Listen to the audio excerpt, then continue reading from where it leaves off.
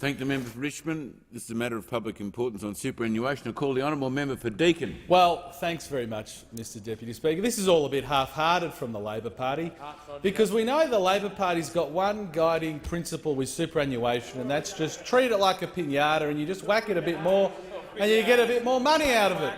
Because we saw over 6 years the Labor Party made 13 changes to superannuation, not to transparency, not to make it easier for people. 13 changes to increase taxation by $9 billion on superannuation. That is the recent legacy of the Labor Party. 13 changes to super, $9 billion in tax. And then last year, if the Labor Party hadn't learnt and the Shadow Treasurer made a solemn commitment not to increase taxation on superannuation, they make an announcement to increase super by $14.5 billion over 10 years. $14.5 billion, again just treating it like a cookie jar that you raid when you need to get a little bit of money out of it. We do not treat superannuation in that way. And the Labor Party does the most egregious thing with super. They tax retrospectively. So forget about the fact that people want to contribute under certain rules. Regardless of the fact that people contribute their money with certain rules in place, they will tax contributions once they're already in the fund. We will not operate in that way. And then we see negative gearing, the most ill-thought-out policy that this parliament has seen for 30 years. The most ill-thought-out policy for 30 years will be the death knell of half of them over there. So it's fantastic. But they really should have read the policy, because every single superannuation fund that's invested in Australian property will be hit hard by that policy. Every single self-managed super fund that's invested in Australian residential property will be hit by that change. So to have the gall today to get up and criticise our policies on superannuation is quite extraordinary, because we've seen a habitual track record from the Labor Party.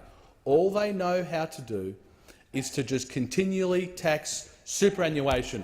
Treat it like a pinata, whack it a bit harder and hope a few more lollies drop out the bottom. Well, we do not support that. And we also think that people have the ability to make the decisions in their own best interests. And we also want to see the $2 trillion superannuation industry growing to $9 trillion by 2040, having the best corporate governance arrangements available and possible, and corporate governance arrangements that are proven to work in the private sector.